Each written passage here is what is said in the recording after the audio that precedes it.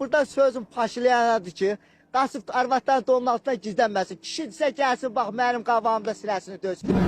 Döyüş əmri verildi, başladıq döyüşə. Mən Naftalan şəhərini Taf-Qaraqoyun kəndində bir bölmədə idik.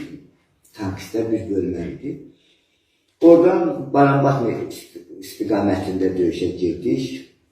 Düşmənin, erməni belə deyim də, bizim işğalda olan torpaqlarımızda çox yüksək səviyyədə özlərinə mövqe qurmuşdular, öz aləmlərində yüksək səviyyədə.